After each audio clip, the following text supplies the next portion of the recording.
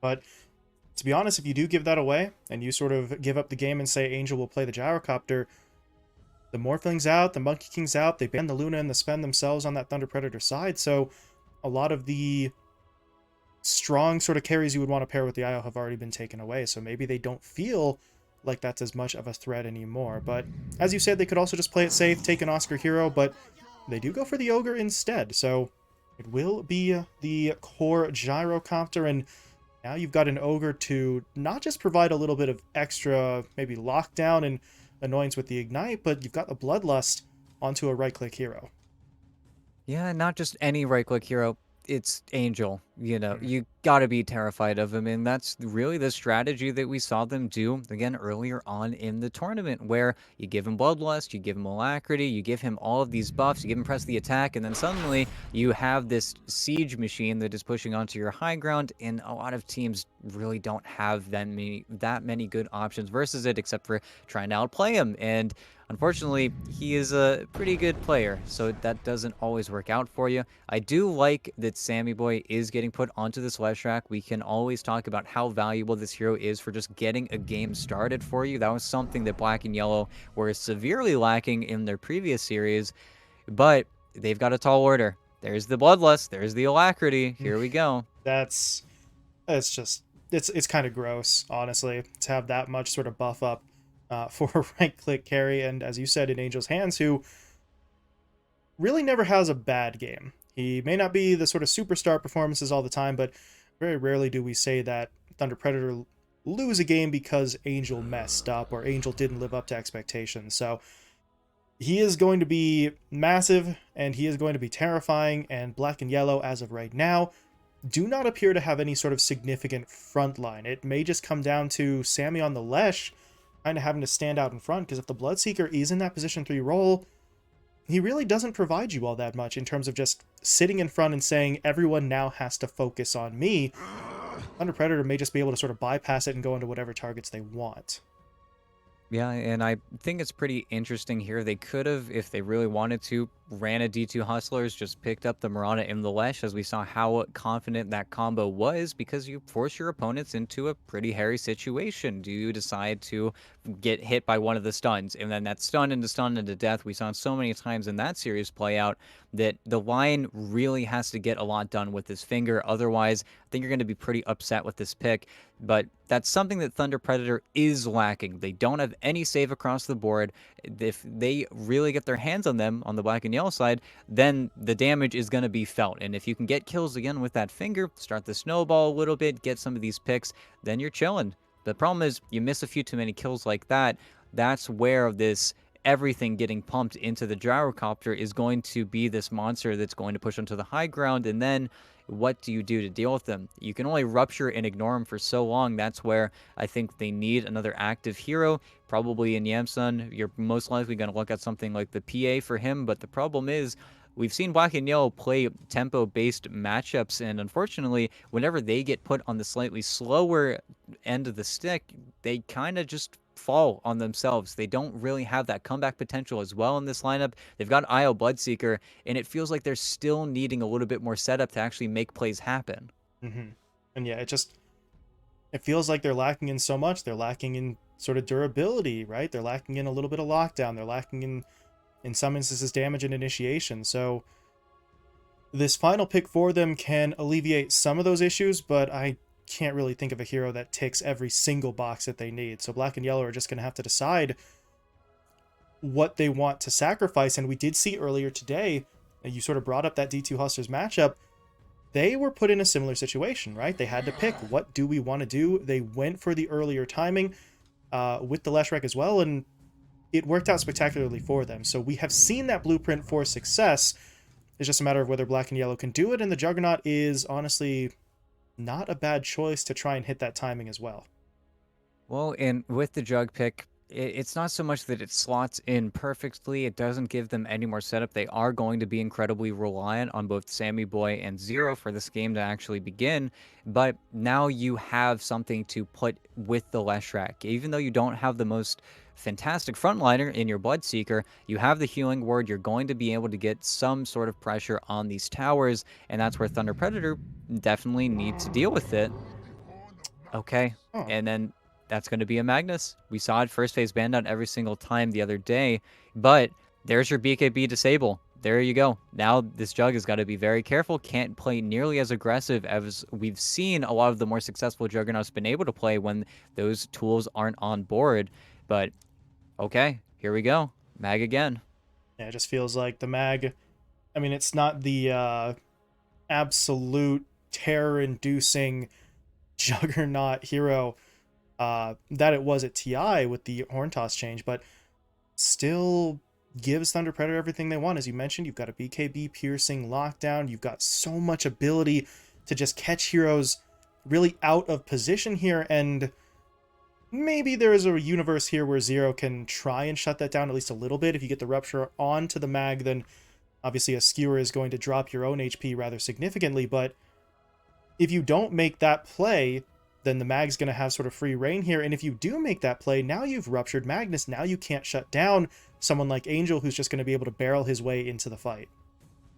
Yeah, and of course, I think they could have gone for something slightly different if they wanted to. There's still Sand King in the pool if they wanted something slightly more active. But the name of the game is going to be you give Angel 25 minutes to farm, and he might just be too big for Black and Yellow to actually deal with. That's where those early fights, if Thunder Predator win any early engagements, it's just so much more of a free time for Angel. We might not see that same prosecuted Kataro that we saw just in that other series, and that's the type of style that with this Leshrac, Black and Yellow really need to play that tight game. Again, it's all about that It previous feels series. good to be D2 this Hustlers good. in that first game played the Yeah, Lesh you're perfectly, and that's sweet. what Sammy Boy One of my needs to really favorites. do kind of a rerun here. And if he can, I'm then it's going to committing look this to great. memory. If he can't, it's going to look like a little bit of a So sad damn death to the bad I'd shoot gyro. you again. Yeah, I mean, as we You said weren't before, so the damn blueprint bad was I'd laid shoot out you by again. D2 Hustlers, just a matter of whether Black and Yellow have the execution and the strength to follow that blueprint. As good ward down from Lil Nick. They're going to spot out quite a bit, including Matthew's ward being thrown down there as well. So that D ward should be coming in at some point. But for now, Yamson and Lil Nick actually have to back away because Thunder Predator really did push up here. And actually, well, they realize they were falling back before we ever really even pushed up there. So they had to see that vision. So they take down the obs ward. They get their own obs within deny range. And the problem with this is now I don't think you're going to have any sort of aggressive play here. Black and Yellow know what's up, and they just sort of fall back. But maybe this puts Thunder Predator in a bit of a position to take some runes. You see them setting up on both sides of the river. But now Matthew, well, he kind of jumped the gun a little bit. He is going to wind run his way out, but that is a lot of damage that he had to absorb. Yeah, just needs to be a little bit more careful, but you also look at the level 1 on Thunder Predator, and it is pretty bad. You don't want to be forced to skill up any of these kind of ugly spells, and Sammy gets the D ward too, so it's very nice from him. I think just placing his ward first, so had the sentry on Jubei in the first place, so he's going to be pretty happy, but no shenanigans for him either to deal with. No bottles giving purchased level 1 for the enemy mid laner, no small camp blocks. I think Sammy Boy's pretty set up now in this mid lane. Yeah, the most sort of normal start to the lane that you could get. So see what the Leshrac can do with that. Meanwhile, taking a look up to the top lane.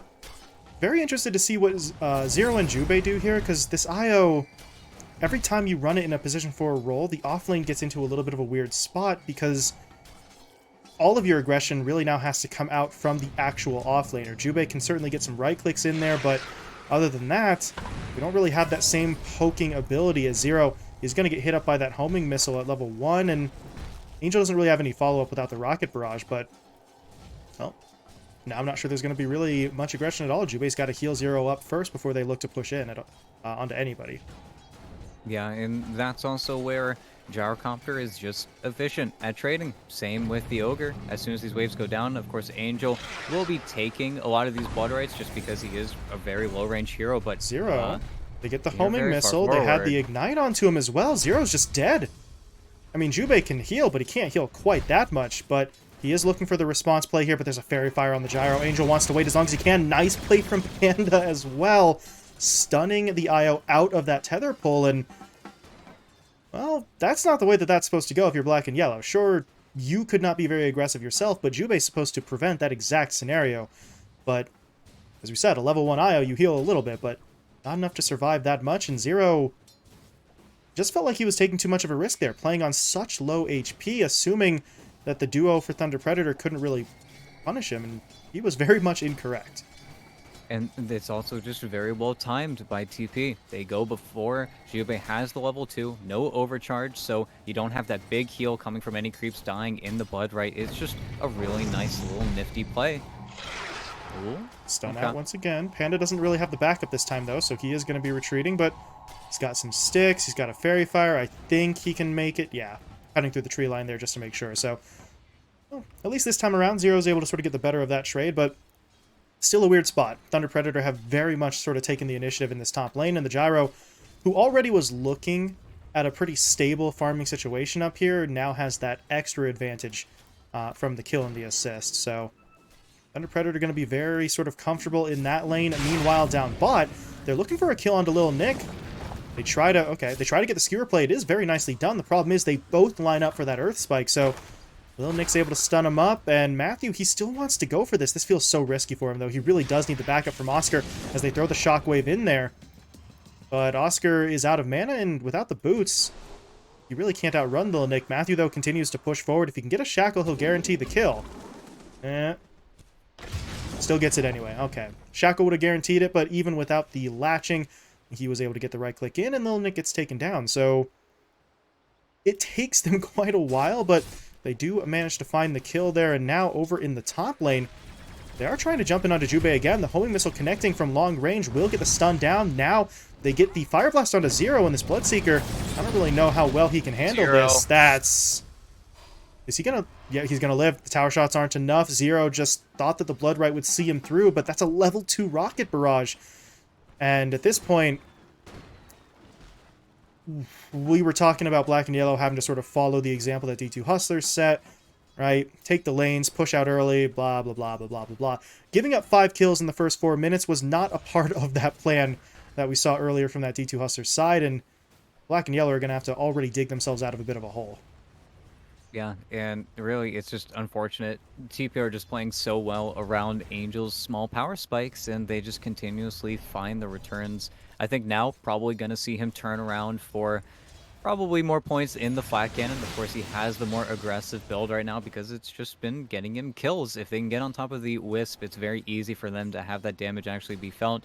Zero as well doesn't have boots yet, Zero. So gotta be a little more Stunned careful. up. Jubei comes in for the tether, but Ooh. Zero lost so much HP, but Angel's dropped low as well. I don't think they want the fight. He's going to try to fall back here, and he will be okay. But every time Zero tries to push forward, even in that instance where he was all right because Angel was already low, Zero dropped insanely low himself. So these early sort of trade-offs just feels like, for the most part, the Bloodseeker really isn't getting a whole lot out of this. Although, well, he's going to continue pushing his way forward. Goes in for that Blood Right again, and to a certain extent, this is kind of how you have to play it, right? The Bloodseeker needs to take control of the lane with the Blood Right, so even if it's not working, you have to keep trying as middle lane. Matthew rotates in. He and Dark Mago find the kill onto Sammy. Matthew very nearly dies there, but he is going to be able to get himself out, but now they realize with Matthew gone, yeah, Oscar is by himself, so Yamsun tried to push a little bit further forward. He can't kill Oscar, but he does push that Magnus back. That's going to get the Juggernaut something here in terms of extra farm, and with Lil Nick coming in, well, maybe they go again. Earth Spike connects, right clicks are in.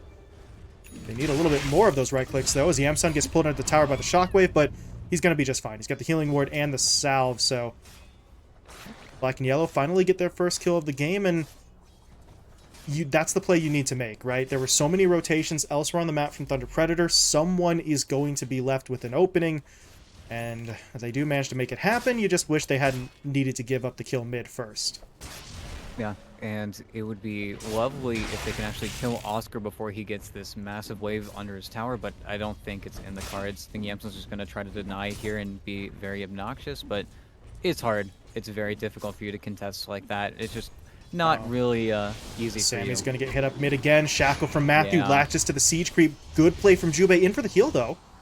And that's going to be enough. Matthew's kind of out of damage after that initial salvo, so this time around, it's pretty much the same play, but with Jubei there as the safety valve, Sammy does get away. But the fact that they've gone for that play repeatedly now shows Thunder Predator, they are trying to apply the pressure. And speaking of pressure, if the IO rotated mid, that means Zero's by himself. Angel and Panda try to push in, but Jubei, man, he is just Johnny on the spot here. He is rotating back and forth, getting the healing in, and they might actually be able to turn this. Panda's going to get hit by the Blood Right, tried to heal through it, and will be able to do so.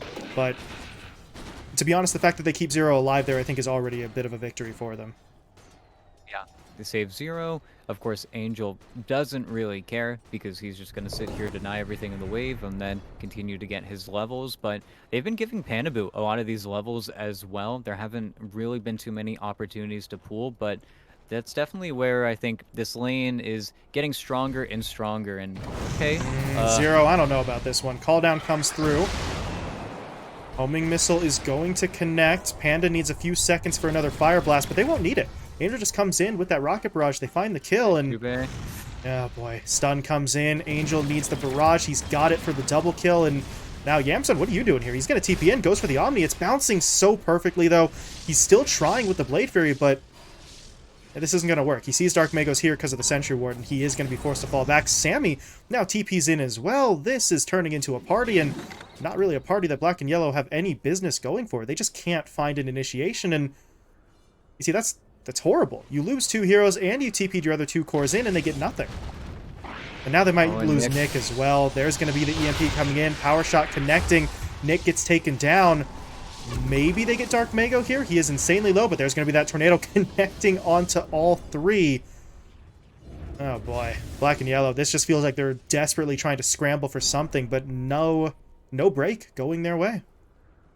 Yeah, absolutely nothing. And it's very unfortunate because during all this time, of course, Oscar was able to ignore the little bit of a rough start he had before. Now he's leading the CS, just been able to pull the lane into that small camp, and that's where very farmed Magnus is a very scary hero, especially one that, although you don't have a melee safe laner, you are going to be giving him a lot of that damage from Empower. Zero still, they keep putting pressure on this top lane, and just can't do anything. Zero stunned up, Rocket Barrage ends, but the call down's there. Zero will die again. 0-4 ET on this Bloodseeker. This is about as bad as it gets, and honestly, you know, the first couple of kills, okay, sure, right? Zero playing the lane the way you have to play it, but I think the last 2 deaths have just been him trying to push forward in a scenario where, under the best circumstances, I'm still not sure what benefit he gets for making some of those plays, especially in a scenario like that where he doesn't even have Jubei to back him up. Yeah, it's difficult because at the end of the day, it is just an IO helping you out in that lane. I think ideally it would have been the Bane. Jubei would have loved to be Bane in this game and then have Nick in the bottom lane with a little bit more kill potential, but they didn't have enough time to put the Lion both top and bottom. If they did, I think that maybe that top lane is a little bit easier for him, but still, it's rough. I think Matthew, what a dodge. Earth missed. Matthew's able to sidestep it. EMP is going to burn away Jubei's mana, so there's not a whole lot for him to work with here, and Oscar's coming in. He wants the shockwave. It actually does connect. Jubei gets pulled back. Jubei gets taken down, and this fight is getting into a bit of a rough spot. Zero, though, does come in. The Rupture's there onto Panda, so they will take him down, but look at Oscar. He wants the RP, but they're stunning him up. He's not going to be able to get it. Well, okay, I lied to you. I'm sorry. He does get the RP off, but by that point, it's too late to matter. Sammy picks up the double, and that's too thirsty to be on the on the Thunder Predator side for an IO kill at the end of the day. If Oscar gets in there completely uncontested and drops the RP, then sure, that all goes well for you, but no blink. He had already used the skewer just across the river, so at that point, I think you're just asking for a little bit too much. Now, more interestingly, how do Black and Yellow decide to contest the stack? Of course, they see it. They don't really have any capability at taking it, but they want to get involved here, I can only imagine. Angel even gets a mech up from Oscar there.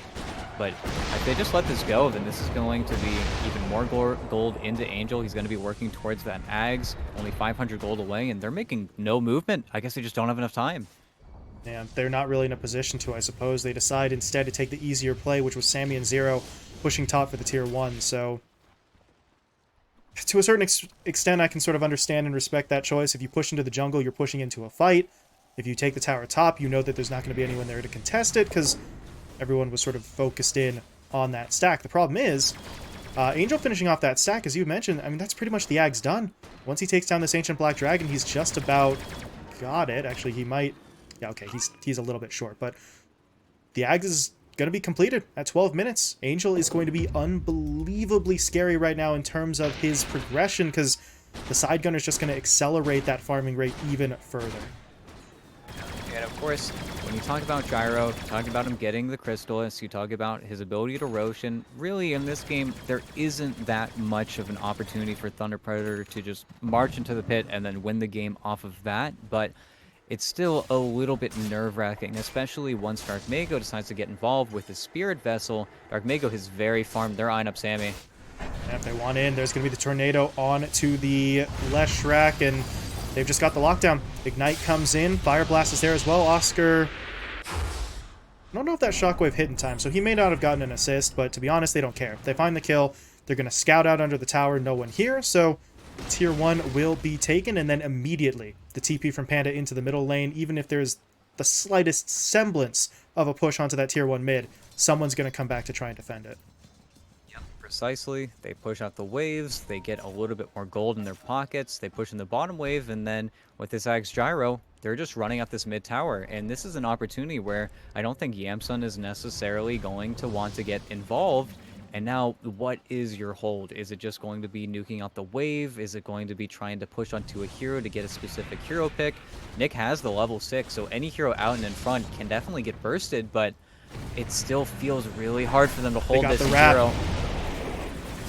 There's going to be the perfect play. The RP now even keeping Yamsun actually locked in during his Blade Fury, so they could keep this going, but they lose Dark Mago. Sammy was able to pick him off in the south. They're going to jump onto Oscar as well. Should be able to finish him off with that Pulse Nova, and the reinforcements arrive just in time. Sammy gets 2 kills. He's looking for a third now. As they get the stun onto Panda in the middle lane, they should be able to keep him locked down long enough for the kill, as Yamsun will pick it up, and okay, initially that fight looked pretty horrible, with Zero just getting immediately taken down, but his death buys the time for the reinforcements to arrive. Black and Yellow take the fight, and they kind of need Sammy hitting on this tower right now, because Yamsun alone I don't think is going to be able to take it down, but they win the fight. That is a big step in the right direction for them.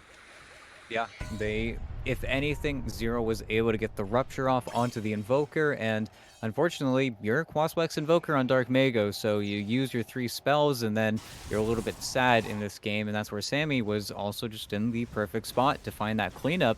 And I think if Black and Yellow can start this split push game that they always decide to go for in these games a little bit sooner, then maybe it could actually work. Of course, they immediately disperse off of that mid tower, so Oscar and Matthew are going to immediately put pressure back on it, probably going to claim it as well. But this is time, and time where they're not playing at a deficit just yet.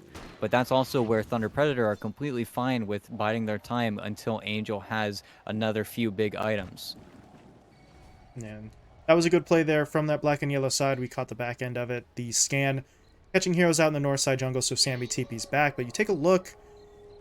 Well, you take a look at the build-up here. There's a reason why Black and Yellow, they won that fight, but they needed to be so grouped up to take it. You look at Sammy, he went for the Boots of Travel first, which is going to be great for him in terms of, obviously, mobility and finding farm, but it means he needs backup in the fights. The Yule Scepter is not even remotely close to being sort of completed here in terms of what he's already purchased, so that does require them to still be grouped up, but they do want it. They wanted the Invoker. They get the Rupture down onto him, but with Panda coming in, yeah, this play is going to get broken up. Panda...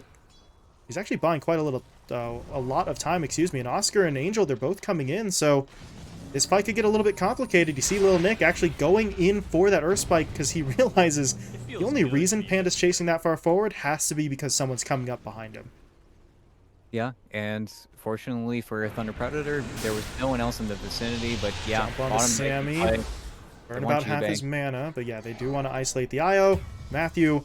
I mean, he had the Shackle but didn't go for it, but while they don't make the move there, in the river, Panda and Angel spot out Little Nick. They're quickly going to be able to bring him down, and now Panda immediately pushing into this west side jungle.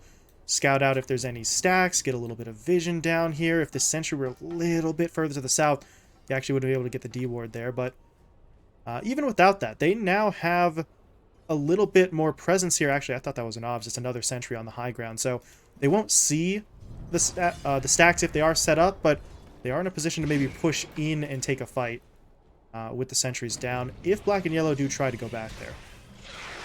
Yeah, and now when do Thunder Predator decide to break the silence? Is it going to be on Oscar and Matthew's blink? Is it going to be after Dark Mago finishes up his Midas?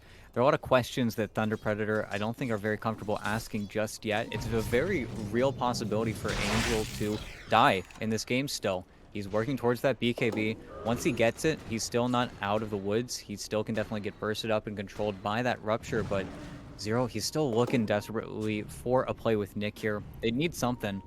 It's good control over that high ground, but at the same time, they keep on whiffing, I think, because Thunder Predator are moving just a little bit faster than they are, and it's those whiffs that give space over to these heroes that Thunder Predator are decidedly not choosing to fight with because there's no pressure being put on by Black and Yellow, even though that's exactly what they want to do. And boo. Okay. I'll catch out the Ogre. Should be an easy kill. Oscar... Ooh, okay. That was a bit of a weird one. He goes for the shockwave into the skewer at the same time that Matthew was throwing out the shackle shot, and unfortunately it ends up putting Sammy behind. Behind the Magnus when he went for the skewer play. So not actually going to be able to get that pull back. That would have been a nice opportunity. 2-on-1 underneath the tier 1 tower, but as it stands, they're not going to find the opening, and Black and Yellow, they may still need to be careful here because Nick is going to get hit up. Oscar does get the skewer this time around, pulling him into the river. Dark Mago started out the fight, and that's going to be a relatively easy one. And now Zero, got to be a little bit careful. You're getting closer to that sentry range, but he's going to be able to drop down the Rupture, gets the Atos out as well. The Relocate's going to bring in reinforcements. No, it's not. Juve's here alone. So can they actually turn this around? No, they can't. They'll lose Oscar, but they are still looking for something. They do have the Spirit Vessel down onto Zero, but they don't really want to push all the way in. The second half of the Relocate will pull Juve and Zero away. Yeah, I think Jubei wanted to bring in Yemson there, but it just was probably unlucky with the break tether timing. But at the same time, you kill Oscar, you get a play with Zero. Unfortunately, you don't have anyone to use the finger on, but just means that Nick can still look for a play going forward. It does feel like they do need to get something done with this Leshen line just a little bit more. They're really struggling to get out onto the map because right now there should be pressure on that top tier 2 tower, so Angel has a decision to make whether or not he abandons this bottom area where he's just been farming so efficiently. He's just been farming the bottom wave, every single camp in the bottom radiant jungle, and then his own triangle. I think Pandaboo is dying just over to the east, but at the same time, you're accelerating so fast, and that's a full BKB, and 2 Blink Daggers finished up on Thunder Predator's side. Yeah, they don't even care that Pandaboo's dead. Yeah, they're just going to go for it. Why not? You've got, as you said, Blink Daggers on your 2 big initiators. You've got a BKB on your damage dealer and Dark Mago. Well, nope. He just needs to throw in spells here as Oscar gets the party started. That's a 2-man RP. They'll blow up Jube. The Omni Slash is going to keep Yamsun alive for a little while, but now he has to make a run for it. Blade Fury is back up, however, so he could just look for the TP now, but if he does so, the physical damage may be too much for him, so he has to try and get away. The Sunstrike comes in, still not enough to get the kill, but Zero now into the fight. He's going to get hit up, though, the second he tries to make that play happen. Finger on Nick. It's not enough. Oscar has a sliver of HP remaining, but he is still standing in this fight, and Black and Yellow, the best thing you can say about that fight is the fact that they get Yamsun away, but really, that does not go the way that they wanted it to, but I don't know. You got to take some sort of little victory there. The Jug was so close to death. Yamsun's able to walk out. You're able to split the map a little bit more here. It's unfortunate that Oscar's just back good at Magnus. Just really good from him, getting that skewer play. And unfortunately, Nick going for the D-ward. They don't let you. Oh, man. That sucks. And now they're looking for a little bit more. They're in onto Sammy. They're going to be able to hit him up here. Zero and Juve are trying to come in defensively to help out, but Sammy's just stuck in this position, pulled back by the shockwave. Sammy will fall. Juve dead as well. Yamsun, that's the exact same TP we said he couldn't go for the last time around. He tries it this time. It's not going to work. And now Zero, he's left alone for all of 5 seconds before they kill him too. Thunder Predator, full 5-man wipe. Not a single casualty on their side. They're just going to break this game open, and oh, that glyph is going to buy a little bit of time for Black and Yellow, but it can only delay this push. It can't actually stop it. They're just going to go right back in, and now, well, this is what we were talking about, right? The alacrity is massive on Angel. He's got alacrity and bloodlust, and he just tears his way through the objective. They're not going to try for the high ground, though. Those timers on the respawns are starting to get a little bit low, so Thunder Predator will play it safe. The question is, do they try Roche? Because Black and Yellow are coming back up, but maybe they couldn't get over here in time. You see them sort of eyeing it up a little bit, and they are going to make the move, pushing into the pit now. So Black and Yellow, if they want to mount some sort of resistance, they've kind of got to go now, and we're not really seeing that push coming out just yet. They need to smoke very soon here, otherwise it's just free, but I think, unfortunately for them, it is just free. Angel is just a little bit too far along. He's incredibly farmed, and it just dies so quickly. They're trying to force their points into a mistake. Look at the Gale Force! Oh, come on. Okay. But they're looking, they're hunting. Yep, they want it. Matthew says, I kept them here, which means they have to still be close. They jump onto Nick. Nick, though, able to blink away, because unfortunately for the Wind Ranger, Shaco doesn't do damage, but they get the Rupture onto Dark Mego. Oscar, meanwhile, didn't really connect with that blink forward, so Sammy's going to try to turn, but Sammy, where's your help? There's no HP and there's no backup. They do lose Dark Mego, but they'll trade it out, and now they're just going to push their way forward. Yamsun just has to go for the spin TP. That's going to get him away. But now you have a problem on Zero. He's hit by the Shackle. The homing missile is going to be coming in as well into the RP, pulling Jubei in. Oh, that just feels like style points coming out from Oscar. But as you said, ET, he's just so damn good on the hero. You get away with that. He knows, yeah, I can RP. I'll hit the IO as well, and we're just going to clean this one up. The Jug's the only one to survive, and now Yamsun, I don't know if you want to be here. They are making a beeline for his position, and if the Jug now falls, and if he's staggered in relation to the respawns of his teammates, that's just going to be backbreaking. You do see that Jug trying to fall back, but they know, or should know, he has no TP. He used the TP to get out of the last fight. What a Chad move. They just glyph the wave. They kill the tower. They're still hunting for him. I don't think they noticed the tree cut on the left side. Of course, Dota doesn't tell you that the tree is cut, but Yamsun is going to be sitting in his nest over here for another 20 seconds, but I'm still reeling from that RP. Just the turn RP onto the IO tethering in. He would have gotten Zero out at the very least. Jubei was definitely going on a one-way trip, but that's still just crazy. Because they wanted to use RP. That was the whole reason they smoked up. Like, Yamsun, you can't do that. You still don't have TP. Revealing himself in the lane. Shackle shot coming through. That's going to just be a quick and easy kill. I don't think so. He was 5 seconds away as well. You need to wait 5 seconds, Yamsun. And then you've got that spin TP play, but he jumps the gun, and I think he was just assuming that Thunder Predator had given up on him, and now that nightmare scenario comes into play. That death is staggered, and he would need a buyback to immediately rejoin his buddies as Oscar trying to make another play. The Eul Scepter is going to break it up, though, into the Earth Spike, into the Split Earth, into Oscar being taken down. That is a very important kill, but I'm not sure if it's important enough to stop the Thunder Predator push. They've taken the tier 3. They want to go in for more as they get Sammy. What a multicast out there with the stun. Sammy's locked down for quite some time. And the homing missile is actually going to be able to finish him off. So Angel gets the kill. Sammy's dead. He does not have his buyback. And this is just starting to fall apart. Lil Nick will fall. The rest of the lineup pushed back into the fountain. And now Zero's going to get hit up. They're not able to get the Shackle Shot down, but they're slowing him up so much. Homing missile comes in. It's way too much damage for Jubei to even hope to heal. And that's with him tethered up in the fountain. And it's still not enough. Zero will fall, and at this point, Black and Yellow, I mean, do they try with any of these buybacks? Do they bother, or do they just wait for everyone to be back up naturally and give it, I guess, one last shot at a team fight?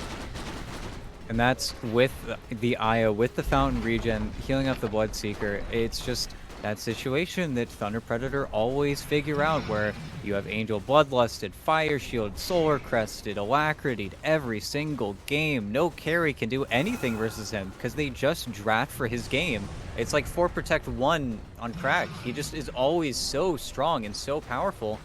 Has the Satanic as well. Aegis for another minute here. They're trying to do some crazy rat play on the lower side, but they need to find the Rupture on the Dark Mago, and then they need to hope that Oscar is not looking. Okay, Nick's he's giving his life away. He's in it to win it, but that's just not going to work out. He's taken down right away. Sammy now in some trouble.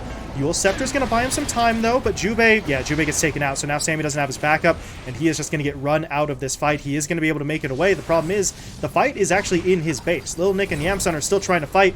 Nick buying back in, but Yamsun is left all by himself, and that's it. The GG will be called, and Thunder Predator, I mean, we're starting to get used to this from this team, but this is just an absolute dismantling of their opponents. We said Black and Yellow wanted to be the team sort of pushing the tempo. Instead, they're the victims of that exact same style, and they just weren't prepared.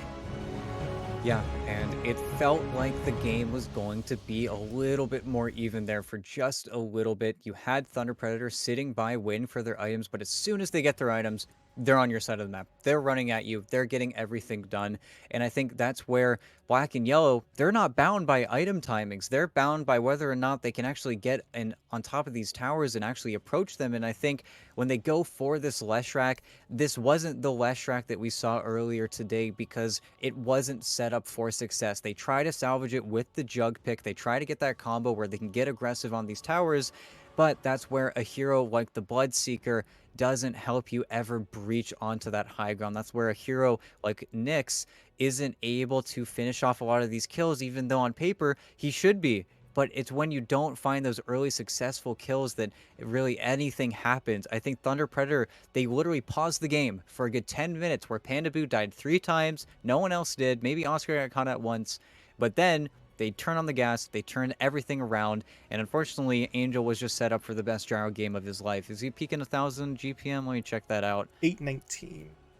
He was killing too much to have 1,000 GPM. That's the type of game. It's just the type of schedule that TP are so consistent at getting. And it's remarkable to me because, you said towards the end there, it feels like a 4 protect 1 strategy, and in the loosest possible terms it is, right? Everyone is designed to set up Angel, but in the past, back when that 4 protect 1 strat was sort of out there, you were looking at games into the 30, 40 plus minute range because the 4 protect 1 was 4 heroes buying time for 1. In this instance, it's 4 protect 1 in that those 4 heroes are going to shove Angel into the position that he needs. They were taking tier 4 towers ET at the 25-minute mark. Yeah, they were just way too fast, and I think Matthew just rocked it. It's hard to not have Matthew rocking it. It just feels like whenever he is in this playmaking position, he gets to make the plays that, even though Oscar was also bulletproof in that game, Dark Mago is shoved to the sidelines because he's not the focus. He's not the one who's going to win you the game here. He goes for the Solar Crest because he knows that I'm just going to give my gyro another 60 attack speed, and then we're going to actually win the game in 20 minutes, where I think Matthew really picking up the slack whenever his teammates are put on these lackluster heroes, it just feels so consistent from them. So, um, we were talking about black and yellow trying to maybe put together an upset here. So far, that does not happen. It goes pretty much the way we expected it to with Thunder Predator, just sort of handling business. But we do have a second game to get to. So black and yellow will still have a shot at redemption here. I think they need something a little bit more active on zero. That does always seem to be one of the issues with a lot of the teams in this field. When they sort of have that slow start in the first game, it often comes down to the fact that they get an offlaner who can't make plays. So we'll see if they address that. We'll see if they try to take the Wind Ranger or the Magnus out of their opponent's hands either. But black and yellow really do have their work cut out for them. We'll see, though, if they can make that happen. We are going to be stepping away for a couple of minutes here, but when we return, it'll be game 2 between black and yellow and Thunder Predator.